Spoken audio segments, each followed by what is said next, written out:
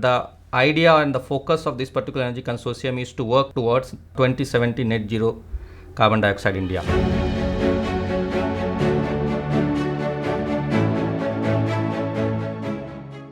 Energy by itself is multi-vector. It's not one topic. It's a very loose term. You have so many things that are happening and individual people are pushing it up. IIT Madras has had many of its faculty and students working in the energy domain.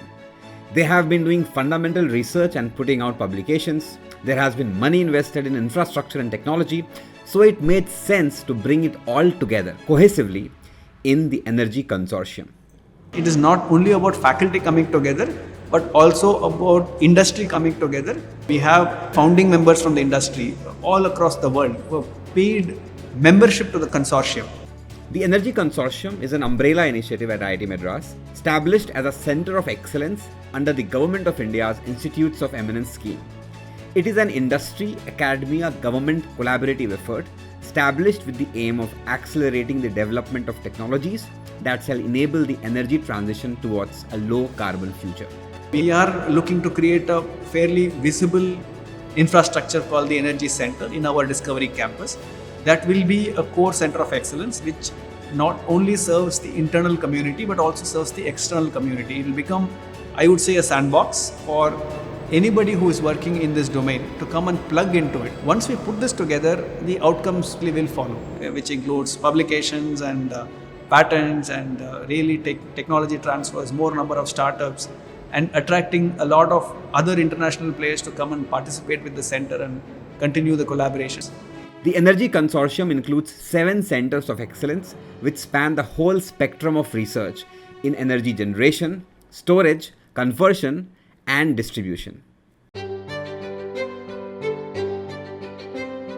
In the first center of excellence, we are looking into capturing the CO2, and once you have captured the CO2, there are two options. One, either you utilize this CO2 and produce some other chemical which can be utilized, or you basically sequester the CO2. We are in advanced stage in CO2 capture. We also have showcased some technology where how you can sequester the CO2. We are working on some of the technologies to convert CO2 into different chemicals. The overall goal is that basically we want to go towards using more advanced fuel in gas turbine engines, and if we want to achieve carbon neutral in 2050, then we should be working towards technologies which will enable reducing carbon content in the fuel, and because of that we are now working towards changing the fuel itself, and we are trying to go towards hydrogen in this particular case. We'll have to worry about this high temperature, we have to manage, we need to now work on better heat exchangers, thermal management system should be developed further. This Center of Excellence on microgrids is trying to establish a small microgrid setup within the campus wherein we can bring in people working in different areas related to microgrids so that we can test a broader system of things in a smaller environment. That is the entire idea of this. As you know, are going to be varying with respect to the day. They are not always available. So we are looking at aspects of how to convert these forms of renewable energy or energy storage into electricity in a most efficient manner. Risk assessment can come from many different reasons. One, it could also be due to the technology itself, but it can also be because of the market, essentially the threat of disruption, the threat of alternatives, and also the threat of financing. So this COE is about developing the tools and methodologies to predict and to also model the transition that is likely to happen.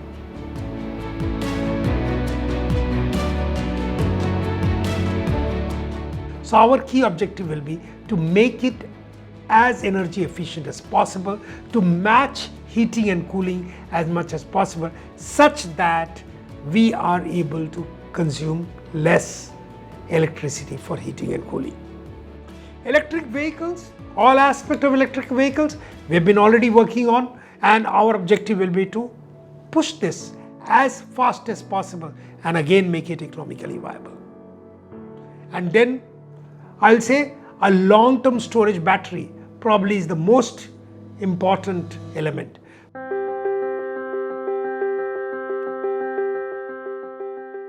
Under this initiative of COE, we look at two technologies. Like one is lithium sulfur battery, the other one is redox flow battery chemistries. This soluble lead redox flow battery is especially interesting because this can be a direct replacement to the existing lead acid batteries.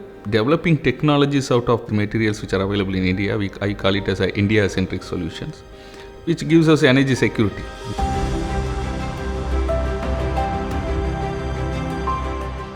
So what you're looking into is low-cost energy storage solutions. We have multiple options, but then our concept is very simple. Store it in the form of metal. Metals are highly energy dense, so we can store a lot of energy in the smaller volume.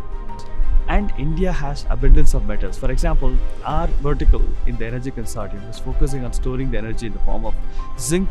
The problem in India is unique. I mean, we should not really be looking at what the world is looking at. I have a feeling that the problems are common, but then the solutions have to be unique for the country. That's when I think localizing will play a big role. And while doing that, the cost of energy storage also goes down phenomenally because we are not going to import. That's one of the key agenda for us, how to serve the country towards this energy security at the lower cost.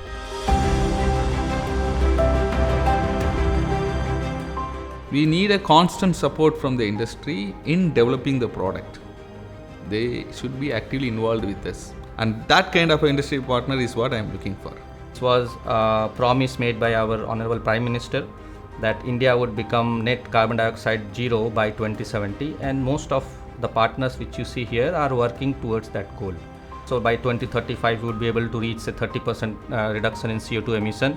By 2050 we'll be able to achieve 50% reduction in CO2 emission, and the ultimate goal is to by 2070 we should be able to gain net neutrality. Formation of Energy Consortium itself is an outward looking effort from the institute to make our R&D relevant to industrial and social needs of today and in the future.